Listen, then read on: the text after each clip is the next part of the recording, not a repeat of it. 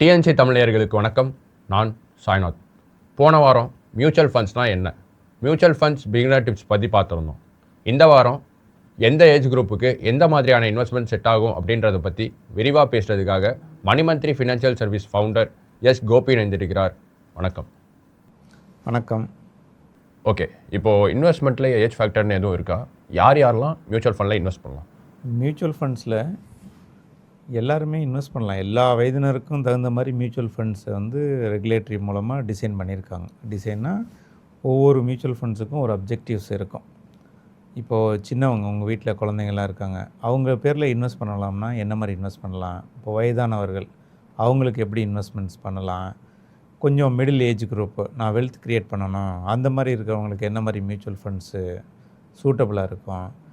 சில பேர் டேக்ஸ் பெனிஃபிட்டுக்காக இந்த இஎல்எஸ்எஸ் ஸ்கீம்ஸ்னு ஒன்று இருக்குது, ஈக்விட்டி லிங்க்டு சேவிங் ஸ்கீம், அதில் எப்படி இன்வெஸ்ட் பண்ணலாம்? இதெல்லாம் different type of mutual funds இருக்குது. ஸோ ஒவ்வொருத்தருக்கும் தகுந்த மாதிரியும் ஒவ்வொரு பெனிஃபிட்ஸ் இருக்கும். இந்த மியூச்சுவல் ஃபண்டில் ரிஸ்க்கை எப்படி அட்ஜஸ்ட் பண்ணி அவங்களுக்கு சூட்டபுளாக இருக்கும் அப்படின்றது டைப்பில் தான் இதை டிசைன் பண்ணியிருக்காங்க. அதனால் மியூச்சுவல் ஃபண்டை எல்லாருமே இன்வெஸ்ட் பண்ணலாம். எல்லா வயதினருக்கு தகுந்த மாதிரியும் இருக்குது. உங்களோட அப்ஜெக்டிவ் என்னவோ அதுக்கு தகுந்த மாதிரி நீங்கள் சூஸ் பண்ண வேண்டியது உங்களோட பொறுப்பு. ஸோ நீங்கள் சொன்னால் தான் தெரியும். ஒரு அட்வைசர்கிட்ட நீங்கள் போய் கேட்குறீங்க, நான் இன்வெஸ்ட் பண்ணணும் அப்படின்னு. எதுக்காக இன்வெஸ்ட் பண்ண வரீங்க? உங்களோட பேரில் இன்வெஸ்ட் பண்ண போகிறீங்களா? வெல்த் க்ரியேட் பண்ண போகிறீங்களா? 2 இயர்ஸ் 3 இயர்ஸில் இந்த அப்ஜெக்டிவாக அந்த பணத்தை நான் போட்டு வைக்கிறேன்னு சொல்கிறீங்களா? அதெல்லாம் நீங்கள் டிஸ்கஸ் பண்ணிங்கன்னா அவங்க உங்களுக்கு பொருத்தமான ஒரு மியூச்சுவல் ஃபண்டு ஸ்கீம்ஸை பற்றி உங்களுக்கு அட்வைஸ் பண்ணுவாங்க. அதில் நீங்கள் இன்வெஸ்ட் பண்ணலாம். எல்லாத்துக்கும் தனித்தனியாக ரிஸ்க் இருக்குது. வாங்க பார்ப்போம் டீப்பாக. சரி, இப்போது ரிட்டையர்மெண்ட் ஏஜில் இருக்கிறவங்க என்ன மாதிரி இன்வெஸ்ட்மெண்ட் பண்ணலாம்? மியூச்சுவல் ஃபண்டை பொறுத்த வரைக்கும் எல்லாருக்கும் தனித்தனியாக டிசைன் பண்ணியிருக்காங்க. இப்போது ஒரு ஏஜ் கேட்டகரி, ஒரு 50 வயசுக்கு மேலே ஆயிடுச்சுனாலே அவங்களோட ரிஸ்க் எடுக்கிற நிலைமையை கொஞ்சம் குறைச்சிக்கலாம். ஏன்னா இந்த ஏர்னிங் ஏஜ், ஆக்டிவ் ஏர்னிங் ஏஜ்ன்றது மோர் தென் 50ங்கும்போது கொஞ்சம் ஆக்டிவ் ஏர்னிங் ஏஜ் கம்மியாக தான் இருக்கும். அப்போ அந்த டைமில் அவங்க சேவிங்ஸ் கொஞ்சம் சேஃபர் சைடாக இன்வெஸ்ட் பண்ணணும். 50, 60லாம் கண்டிப்பாக அந்த ரிட்டையர்மெண்ட் ஃபண்டு அந்த மாதிரி தனியாக ஃபண்டு இருக்குது. அப்படி இல்லைன்னா கொஞ்சம் ஈக்விட்டி ரிஸ்க் கம்மியாக உள்ள மாதிரி இன்வெஸ்ட்மெண்ட்ஸ் இருக்குது. Balanced option, balanced advantage fund, multi asset fund, இதிலலாம் ரிஸ்க் கொஞ்சம் கம்மியாக இருக்கும். அந்த மாதிரி ஃபண்டை சூஸ் பண்ணுறது அவங்களுக்கு அட்வைசபிளாக இருக்கும். இந்த ரிட்டையர்மெண்ட் கேட்டகரி அப்படியில் உள்ள ஃபண்ட்ஸ் எல்லாம் என்ன பண்ணுறாங்கன்னா, ஸோ ஒரு இன்வெஸ்ட்மெண்ட்ஸ் நீங்கள் பண்ணிவிட்டு அது மூலமாக அவங்களுக்கு நிரந்தர வருமானம் பண்ணுறதுக்கு தான் அந்த கேட்டகரியை உருவாக்கியிருக்காங்க. அதில் நமக்கு டிவிடெண்டாகவும் இன்கம் வரும். எஸ்டபிள்யூபின்னு ஒரு ஆப்ஷன் இருக்குது. அது மூலமாக இன்வெஸ்ட் பண்ணிங்கன்னா மந்த்லி இன்கம் ஜென்ரேட் பண்ணுறதுக்குள்ள ஆப்ஷன்ஸ் இருக்கும். இவங்க புதுசாக ஏர்ன் பண்ணி வெல்த்தை க்ரியேட் பண்ண முடியாதனால ரிஸ்க் கம்மியாக உள்ள மாதிரி உள்ள இன்வெஸ்ட்மெண்ட்ஸ் தான் அட்வைசபிள். அதுக்கு ரிட்டையர்மெண்ட் ஃபண்டு அதில் ஒரு 60-70% மேக்ஸிமம் பார்த்திங்கன்னா ஈக்விட்டியில் இருக்கும். சில ஃபண்ட்ஸ் 80-90லாம் இருக்கும். அது நீங்கள் சூஸ் பண்ணி தான் இன்வெஸ்ட் பண்ணணும் உங்கள் ரிஸ்க்குக்கு தகுந்த மாதிரி. அந்த மாதிரி பேலன்ஸ்டு ஆப்ஷன் உள்ள ஃபண்ட்ஸ் அந்த ஏஜ் கேட்டகரிக்கு கரெக்டாக இருக்கும். அதில் ஆவரேஜாக பார்த்திங்கன்னா இப்போது 10-12% ரிட்டர்ன்ஸு இருக்கும் ஒரு லாங்கர் பீரியடில். ஒரு 50லேருந்து 60 இன்வெஸ்ட் பண்ணலாம். 60லேருந்து ரெகுலர் இன்கம் அவங்க டிவிடெண்டாவோ எஸ்டபிள்யூபி மூலமாக ரெகுலர் மந்த்லி இன்கமாகவோ பண்ணிக்கிடலாம். அதுதான் அவங்களுக்கு பொருத்தமாக இருக்கும். ஓகே, இப்போது நீங்கள் 2 விஷயம் பற்றி சொன்னீங்க. ஒன்று எஸ்டபிள்யூபி, இன்னொன்று டிவிடெண்ட். இது ரெண்டும் என்ன? இது ரெண்டுத்துக்குமான டிஃப்ரென்ஸ் என்ன? டிவிடெண்ட்ன்றது அந்த ஃபண்டில் இருக்கிற ப்ராஃபிட் எக்ஸஸாக இருக்கிறத தனியாக ஷெடியூல் பண்ணி மந்த்லி பேசிஸ், குவார்ட்லி பேசிஸில் பே அவுட் பண்ணுவாங்க. இது எப்படி நம்ம ஃபிக்ஸட் டெபாசிட் போட்டால் இன்ட்ரெஸ்ட் வருமோ, அதே மாதிரி மியூச்சுவல் ஃபண்ட் இன்வெஸ்ட்மெண்ட்ஸில் டிவிடெண்ட்ன்ற ஆப்ஷன்ஸ் இருக்குது. அது சில பேர் ஆனுவலாக கொடுக்குறாங்க. சில ஸ்கீம்ஸில் மந்த்லி டிவிடெண்ட்ஸ்லாம் இருக்குது. இதெல்லாம் அவங்களோட ரெகுலர் இன்கம்க்கு யூஸ்ஃபுல்லாக இருக்கும். எஸ்டபிள்யூபின்றது எஸ்ஐபி மாதிரி. எப்படி எஸ்ஐபினா நீங்கள் மந்த் ஆன் மந்த் இன்வெஸ்ட் பண்ணுவீங்க, எஸ்டபிள்யூபினா மந்த் ஆன் மந்த் எடுத்துக்கிறது. அது மந்த்லி குவார்ட்டர்லி நீங்கள் வச்சுக்கலாம். சிஸ்டமேட்டிக்காக நம்ம விட்ராயல் பண்ணுறது தான் எஸ்டபிள்யூபின்றது. அது உங்களோட ரெகுலர் மந்த்லி இன்கமுக்கு கன்சிடரபிளாக அதை யூஸ் பண்ணிக்க முடியும். ஓகே, ரிட்டையர்மெண்ட் ஏஜில் உள்ளவங்களுக்கு இன்வெஸ்ட் பண்ணுறதை பற்றி சொன்னீங்க. இதே மாதிரி மியூச்சுவல் ஃபண்டில் குழந்தைங்களுக்கு இன்வெஸ்ட் பண்ணுற மாதிரி ஏதாச்சும் இருக்கா? சில்ட்ரன்ஸ் ஃபண்டுன்னு தனியாக மியூச்சுவல் ஃபண்ட் ஸ்கீம்ஸ் இருக்குது.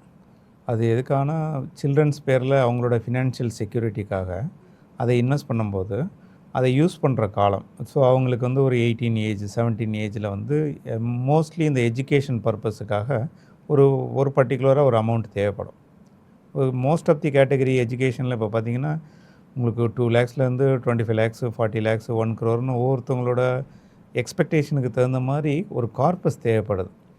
அந்த டைமில் திடீர்னு உங்களால் ஃபண்ட்ஸை நீங்கள் ரெடி பண்ண முடியாது. அதுக்கு சூட்டபுளாக இருக்க மாதிரி மியூச்சுவல் ஃபண்ட் ஸ்கீம்ஸு சில்ட்ரன்ஸ் ஃபண்டுன்னு வச்சுருக்காங்க. இதுவும் கிட்டத்தட்ட ஏஜ்டு கேட்டகரி மாதிரி சில்ட்ரன்ஸ் ஃபண்ட்லேயும் அதிகமாக ரிஸ்க் எடுக்கக்கூடாது. ஏன்னா கன்ஃபார்மாக அவங்களுக்கு அந்த பர்டிகுலர் ஏஜில் கிடைக்கும் அப்படிங்கிற ஒரு நம்பிக்கையில் இன்வெஸ்ட் பண்ணுற ஸ்கீம்ஸ். அதனால் ஹை ரிஸ்க் ஸ்கீமாக இதில் இருக்காது. சில ஸ்கீம்ஸ் நீங்கள் சூஸ் பண்ணிக்கலாம். ஹை ரிஸ்க் ஸ்கீமில் நான் சில்ட்ரன்ஸ் பேரில் இன்வெஸ்ட் பண்ணலாமான்னு சூஸ் பண்ணிக்கலாம். ஆனால் பர்டிகுலராக சில்ட்ரன்ஸ் ஃபண்டுன்னு இருக்குது. இப்போ டேர்ம்ஸ் பார்த்திங்கன்னா சில்ட்ரன்ஸ் கிஃப்ட் ஃபண்டுன்னு சொல்லுவாங்க. அந்த மியூச்சுவல் ஃபண்ட் ஸ்கீம்ஸ் வந்து டைரெக்டாக சூட்டபுளாக இருக்கும். ஸோ அவங்களோட குழந்தைங்க வந்து 1 வருஷம் 5 வருஷம் 7 வயசு எந்த வயசாக இருந்தாலும் இந்த ஸ்கீமில் நீங்கள் இன்வெஸ்ட் பண்ணும்போது குழந்தைகள் அவங்க மெச்சூர் ஆகும்போது லைக் அவங்க 18 ஏஜ் வரும்போது இது அவங்களோட பே அவுட் சிஸ்டம்லாம் வந்து அவங்களுக்கு தகுந்த மாதிரி, அதாவது ஒரு எஜுகேஷன் பர்பஸில் அவங்க எப்படி யூஸ் பண்ணலாம் அப்படிங்கிற மாதிரி டிசைன் பண்ணியிருக்காங்க. இந்த ஸ்கீமில் போகும்போது ஃபஸ்ட்டு ஒரு 5 இயர்ஸு அது டைரெக்டாக லாக்இன் ஆகிடும். லாக்இன்ங்கிறது வந்து நீங்கள் வெளியில் எடுக்க முடியாது. இன்வெஸ்ட்மெண்ட்ஸ் பண்ணலாம். ஃபஸ்ட்டு 5 இயர்ஸ் வந்து அது க்ளோஸ்ட் எண்டடாக இருக்கும். ஆஃப்டர் 5 இயர்ஸ் நீங்கள் வந்து அந்த ஃபண்ட்ஸை வெளியில் எடுத்து நீங்கள் சில்ட்ரன்ஸ்க்கு யூஸ் பண்ணிக்க முடியும். அவங்க 18 ஆயிடுச்சுனாலே இந்த லாக்இன் பீரியட்லாம் வந்து ரிலீஸ் ஆகிடும். ஸோ இதுதான் சில்ட்ரன்ஸ் ஃபண்டு. இதில் நிறைய ஸ்கீம்ஸ் இருக்குது. இது டைரெக்டாக சில்ட்ரன்ஸ் கிஃப்ட் ஃபண்டை வந்து சில்ட்ரன்ஸுக்கு கொடுக்கலாம். நார்மல் ஈக்விட்டி ஃபண்ட்ஸுமே சில்ட்ரன்ஸ் நேமில் இன்வெஸ்ட் பண்ணலாம். அதுக்கு நிறைய ஸ்கோப் கொடுத்துருக்காங்க. அவங்க ரிஸ்க் எடுக்கிறத பொறுத்து நீங்கள் இன்வெஸ்ட்மெண்ட் ஸ்கீமை சூஸ் பண்ண முடியும். ஓகே, ஒரு யங்ஸ்டராக நான் இப்போ தான் என் கேரியரை ஸ்டார்ட் பண்ணியிருக்கேன். ஸோ மியூச்சுவல் ஃபண்டில் என்ன மாதிரி இன்வெஸ்ட்மெண்ட்லாம் இருக்குது? நீங்கள் ஃபஸ்ட் டைம் இன்வெஸ்டராக வரும்போது உங்களுக்கு மியூச்சுவல் ஃபண்ட்ஸ்னால் என்னென்னு தெரிஞ்சிருந்துச்சுன்னா நீங்கள் சூஸ் பண்ண முடியும். உங்களுக்கு மியூச்சுவல் ஃபண்ட்ஸ் என்னென்னு தெரியாதப்போ இதில் ரிஸ்க் எப்படி இருக்கும் அப்படின்றத தெரிஞ்சுக்கிட்டு நீங்கள் இன்வெஸ்ட் பண்ணணும். உங்களுக்கு சூட்டபிலிட்டி அப்படின்னு பார்த்தீங்கன்னா ஹை ரிஸ்க் இன்வெஸ்ட்மெண்ட்ஸ். இப்போது புதுசாக வர்ற எல்லாருமே வந்து எனக்கு ஸ்மால் கேப்பில் ரிட்டர்ன்ஸ் ஹையராக வர்றது மாதிரி தான் எனக்கு வேணும் சூஸ் பண்ணிலாம் கேட்குறாங்க. அவங்களுக்கு மார்க்கெட் பற்றி தெரியல. ஸோ மார்க்கெட்டில் வந்து எந்த ஸ்கீம்ஸ் எப்படி டைவர்சிஃபை பண்ணுறது அப்படின்றதுலாம் வந்து ஒரு அட்வைசர் பார்த்து கொடுப்பாங்க. நீங்கள் பிகினராக இருக்கனால ஹை ரிஸ்க் ஸ்கீம் எடுத்தீங்கன்னு வச்சுக்கோங்க, சடனாக ஒரு மார்க்கெட் 1 or 2 இயர்ஸ் வந்து கொஞ்சம் டவுன் சைடு இருந்ததுன்னா you never come back. So அந்த ஃபியர் வந்து உங்களை மறுபடியும் உள்ளே போனோம்னா நமக்கு வந்து ரிட்டர்ன்ஸ் இருக்குமா இருக்காதான்ற அந்த ஃபியரில் உங்களோட ஏஜ் வந்து கிராஸ் பண்ணிவிடுவீங்க. அந்த ஏர்னிங் இன்வெஸ்ட்மெண்ட்ஸ் ஏஜை கிராஸ் பண்ணிவிடுவீங்க. அதனால் நீங்கள் வந்து டைவர்சிஃபைடாக இன்வெஸ்ட் பண்ணணும். ஒரு மிட் கேப்போ ஒரு ஸ்மால் கேப் ஒரு மிக்ஸ்டு ஃபண்ட்ஸ் ஃப்ளெக்ஸி கேப் அந்த மாதிரி இன்வெஸ்ட்மெண்ட்ஸ் நீங்கள் பண்ணும்போது உங்களோட கேட்டகரியில் எல்லா இன்வெஸ்ட்மெண்ட்ஸும் வேறு வேறு விதமான ரிட்டர்ன்ஸ் கொடுத்துட்ருக்கோம். அப்போ உங்களுக்கு சூட்டபுளாக எது இருக்குது அப்படின்னு பார்த்தீங்கன்னா எல்லா இன்வெஸ்ட்மெண்ட்ஸும் ஹை ரிஸ்க் இன்வெஸ்ட்மெண்ட்ஸில் போனீங்கன்னா உங்களுக்கு அந்த ரிட்டர்ன்ஸு டைவர்சிஃபைடு இதை பற்றிலாம் தெரிஞ்சுக்க முடியும். உங்கள் கேட்டகரிக்கு சூட்டபுள்னு பார்த்தீங்கன்னா ஹை ரிஸ்க் இன்வெஸ்ட்மெண்ட்ஸு தான். 100% எது ஈக்விட்டியில் இன்வெஸ்ட் பண்ணுறாங்களோ அது சூட்டபுளாக இருக்கும். ஏன்னா இப்போ தான் பிகினிங் ஸ்டார்ட் பண்ணுறீங்க. ஸ்டார்ட் பண்ணும்போது அது தெரிஞ்சுக்கிட்டு இன்வெஸ்ட் பண்ணணும். தெரியலை, எனக்கு ஃபாதர் சொன்னாங்க, என்னோடய ஃப்ரெண்டு சொன்னாங்க அப்படின்னு இன்வெஸ்ட் பண்ணிங்கன்னா உங்களுக்கு அதை வந்து புரிஞ்சிக்க முடியாது. ஏன்னா இது வந்து மார்க்கெட் ரிஸ்க்கோடு உள்ளது. அதனால் டவுன் ஆகிடுச்சுன்னா இது லாஸ் ஆகுது அப்படின்னு நினைக்கக்கூடாது. இது திருப்பி எப்படி ரெக்கவர் ஆகும், இந்த ஏஜில் நம்ம வந்து இன்வெஸ்ட் பண்ணி ரிஸ்க் எடுக்க முடியுமா, இதெல்லாம் நீங்கள் புரிஞ்சுட்டு அந்த ஃபஸ்ட் இன்வெஸ்ட்மெண்ட்ஸு நீங்கள் வந்து ஃபாலோ பண்ணிகிட்டே இருக்கணும். இன்வெஸ்ட் பண்ணிட்டோம் என்ன ஆயிருக்கு, ஏன் மார்க்கெட்டில் ரிட்டர்ன்ஸ் நிறைய கொடுத்துருக்கு, நிறைய கொடுத்தாலும் நீங்கள் பார்க்கணும், ஏன் கம்மியாக கொடுத்துருக்கு அப்படின்னாலும் நீங்கள் கவனிக்கணும். அப்போ தான் அதை மாடிஃபை பண்ண முடியும். இன்வெஸ்ட் பண்ணிட்டோம் அதுவாக வர்ற ரிட்டர்ன்ஸ் வரட்டும் அப்படின்னு பிகினர்ஸ் இருக்கக்கூடாது. இது ஒரு லேர்னிங் மாதிரியே வச்சுக்கோங்க. ஒரு பிகினர்ஸ் இன்வெஸ்ட் பண்ணணும், அதில் என்ன நடந்துகிட்ருக்குன்றதை பார்த்துட்டே இருக்கணும். உங்களோட இன்வெஸ்ட்மெண்ட்ஸை நீங்கள் கண்டிப்பாக பார்த்துட்ருப்பீங்க. பட் இருந்தாலும் அதை பற்றி நீங்கள் தெரிஞ்சுக்கிட்டு இன்வெஸ்ட் பண்ணணும். ஹை ரிஸ்க் இன்வெஸ்ட்மெண்ட்ஸ் சூட்டபுளாக இருக்கும். ஓகே, எல்லா மியூச்சுவல் ஃபண்ட்லேயும் டேக்ஸ் பெனிஃபிட்டுங்கிறது இருக்கா? மியூச்சுவல் ஃபண்டை பொறுத்த வரைக்கும் 2 டைப்பாக வச்சுருக்காங்க. நீங்கள் டேக்ஸ் பெனிஃபிட் வேணும்னு ஒரு மியூச்சுவல் ஃபண்டை சூஸ் பண்ணலாம். எல்லா மியூச்சுவல் ஃபண்ட்லேயும் என்ன டேக்ஸ் பெனிஃபிட் இருக்குது அப்படி தான் நம்ம பார்க்கணும். நீங்கள் டேக்ஸ் பெனிஃபிட் வேணும்னு ஒரு மியூச்சுவல் ஃபண்டை சூஸ் பண்ணுறீங்கன்னா அந்த மாதிரி ஸ்கீம்ஸ்க்கு பேர் இஎல்எஸ்எஸ் ஸ்கீம்ஸ்னு சொல்லுவாங்க, ஈக்விட்டி லிங்க்டு சேவிங் ஸ்கீம்ஸ். இந்த ஈக்விட்டி லிங்க்டு அப்படின்றது ஸ்டாக் மார்க்கெட்டில் இன்வெஸ்ட் பண்ணுற மியூச்சுவல் ஃபண்ட்ஸ் தான். இந்த ஈக்விட்டி லிங்க்டு சேவிங் ஸ்கீமில் நீங்கள் இன்வெஸ்ட் பண்ணும்போது உங்களோட டேக்ஸ் பெனிஃபிட் 80Cயில் நீங்கள் எப்படி உங்களோட இன்சூரன்ஸ் பாலிசி எல்லாம் சேர்க்குறீங்களோ, ஃபிக்ஸட் டெபாசிட்டில் வந்து சில டேக்ஸ் பெனிஃபிட் ஸ்கீம்ஸ் சேர்க்குறீங்களோ, இந்த மியூச்சுவல் ஃபண்ட் இன்வெஸ்ட்மெண்ட்ஸ் அமௌண்ட்டை அதில் நீங்கள் காட்டிக்கிறலாம். இது இந்த ஓல்டு டேக்ஸ் ரெஸ்யூமில் பார்த்தீங்கன்னா 1.5 lakhs வரைக்கும் உங்களுக்கு பெனிஃபிட்ஸ் இருக்குது. அதில் நீங்கள் இந்த மாதிரி மியூச்சுவல் ஃபண்டில் இன்வெஸ்ட் பண்ணும்போது 1.5 lakhsக்கு உள்ள டேக்ஸ் பெனிஃபிட்டை நீங்கள் அவைல் பண்ண முடியும். அதான் ஈக்விட்டி லிங்க்டு சேவிங்ஸ் ஸ்கீம்ஸ்னு சொல்கிறது, இஎல்எஸ்எஸ் ஸ்கீம்ஸ். இதில் உள்ள டேக்ஸ் பெனிஃபிட் நீங்கள் இன்வெஸ்ட் பண்ணும்போது டேக்ஸ் ரிபேட், அதாவது நான் இன்வெஸ்ட் பண்ணியிருக்கேன், என்னோடய இன்கம்லேருந்து 1.5 lakhs குறைச்சிக்கலாம் அப்படிங்கிற ஆப்ஷன்ஸை நீங்கள் யூஸ் பண்ண முடியும். இந்த டேக்ஸ் பெனிஃபிட்டு இது பர்டிகுலராக இந்த ஃபண்டில் மட்டும் இன்வெஸ்ட் பண்ணால் தான் இருக்கும். எல்லா மியூச்சுவல் ஃபண்ட்லையும் இந்த பெனிஃபிட் இருக்காது. நார்மலாக மியூச்சுவல் ஃபண்டில் இன்வெஸ்ட் பண்ணும்போது இன்வெஸ்ட் பண்ணுறதுக்கு எந்த டேக்ஸ் ரிலேஷன் கிடையாது, இஎல்எஸ்எஸ் ஸ்கீம்ஸை தவிர. நீங்கள் மியூச்சுவல் ஃபண்ட்லேருந்து ப்ராஃபிட் பண்ணி எடுக்கிறீங்க இல்லையா, அதில் என்ன மாதிரி டேக்ஸ் பெனிஃபிட் இருக்குன்னா, உங்களோட ப்ராஃபிட்டில் வருஷத்துக்கு இவ்வளோ அமௌண்ட்டை நீங்கள் வந்து ஒரு பேன் நம்பரில் இவ்வளோ பெனிஃபிட் எடுத்துக்கலான்னு கவர்மெண்ட்டில் ஒரு ரெகுலேட்டரி இருக்குது. 1.2 lakhs அந்த மாதிரி இருக்குது. அந்த பெனிஃபிட்டை நீங்கள் வந்து டேக்ஸ் இல்லாமல் ப்ராஃபிட் பண்ண முடியும். அதுக்கப்புறமா வந்து short term, long term tax, capital gain டேக்ஸ்னு சொல்லுவாங்க. ஷார்ட் டேர்ம் கேபிட்டல் கெயின்னா 1 year, லாங் டேர்ம் கேபிட்டல் கெயின்னா 1 year and above. ஸோ இதுக்கு டிஃப்ரெண்ட் டேக்ஸேஷன்ஸ்லாம் இருக்குது. சில கேட்டகரி மியூச்சுவல் ஃபண்ட்ஸில் 2 years ஷார்ட் டேர்மாகவும் 2 years and above வந்து லாங் டேர்மாகவும் இருக்கும்.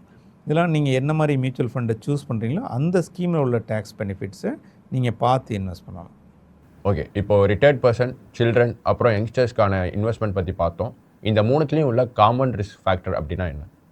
ரிஸ்க் ஃபேக்டர்னு மியூச்சுவல் ஃபண்டை நீங்கள் பார்க்குறதே வந்து எந்த அளவுக்கு மியூச்சுவல் ஃபண்ட்ஸில் ஸ்டாக் மார்க்கெட்டில் இன்வெஸ்ட் பண்ணுறாங்க.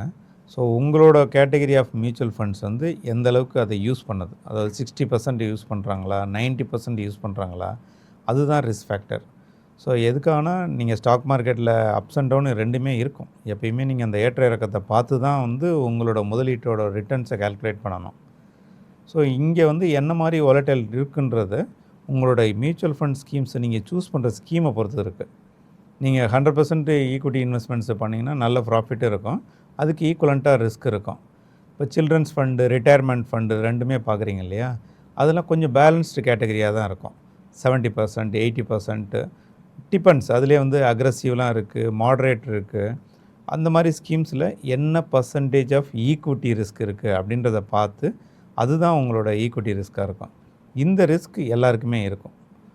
அது வந்து உங்களோட சூஸ் பண்ணுற ஃபண்ட்ஸ் நீங்கள் எதில் இன்வெஸ்ட் பண்ணியிருக்கீங்களோ அது எந்தளவுக்கு வாலடைல் இருக்கோ அந்த ரிஸ்க் மட்டும்தான் நீங்கள் ரிஸ்க் ஃபேக்டராக பார்க்கலாம். இது உங்களோட ரிட்டர்ன்ஸ்லேயும் இருக்கும், கேபிட்டல்லையும் அந்த ரிஸ்க் ஃபேக்டர் அஃபெக்ட் ஆகும். இது லாங் டேர்மில் பார்க்க போகும்போது இது எல்லாமே கிராஸ் ஓவர் பண்ணி உங்களுக்கு பெனிஃபிட் கிடைக்கும். உங்களோட டென்யூர் பாருங்கள், ரிஸ்க் ஃபேக்டர் எவ்வளோ வந்து ஈக்விட்டி போர்ஷனில் இன்வெஸ்ட் பண்ணுறாங்கன்னு பாருங்கள். இதுதான் உங்களோட மியூச்சுவல் ஃபண்டில் எல்லா கேட்டகரியிலையுமே இருக்கிற risk factor. Okay, mutual fund பற்றி நிறையா ஷேர் பண்ணியிருந்தீங்க, ரொம்ப நன்றி. நன்றி. இது போன்ற இன்ஃபர்மேஷனை தெரிஞ்சுக்க எங்களுடைய யூடியூப், ஃபேஸ்புக், இன்ஸ்டாகிராம் போன்ற சோஷியல் மீடியா பிளாட்ஃபார்ம்லேயும் எங்கள் இணையமான tnctamil.com இணைந்திருங்க. நான் சாய்நாத்.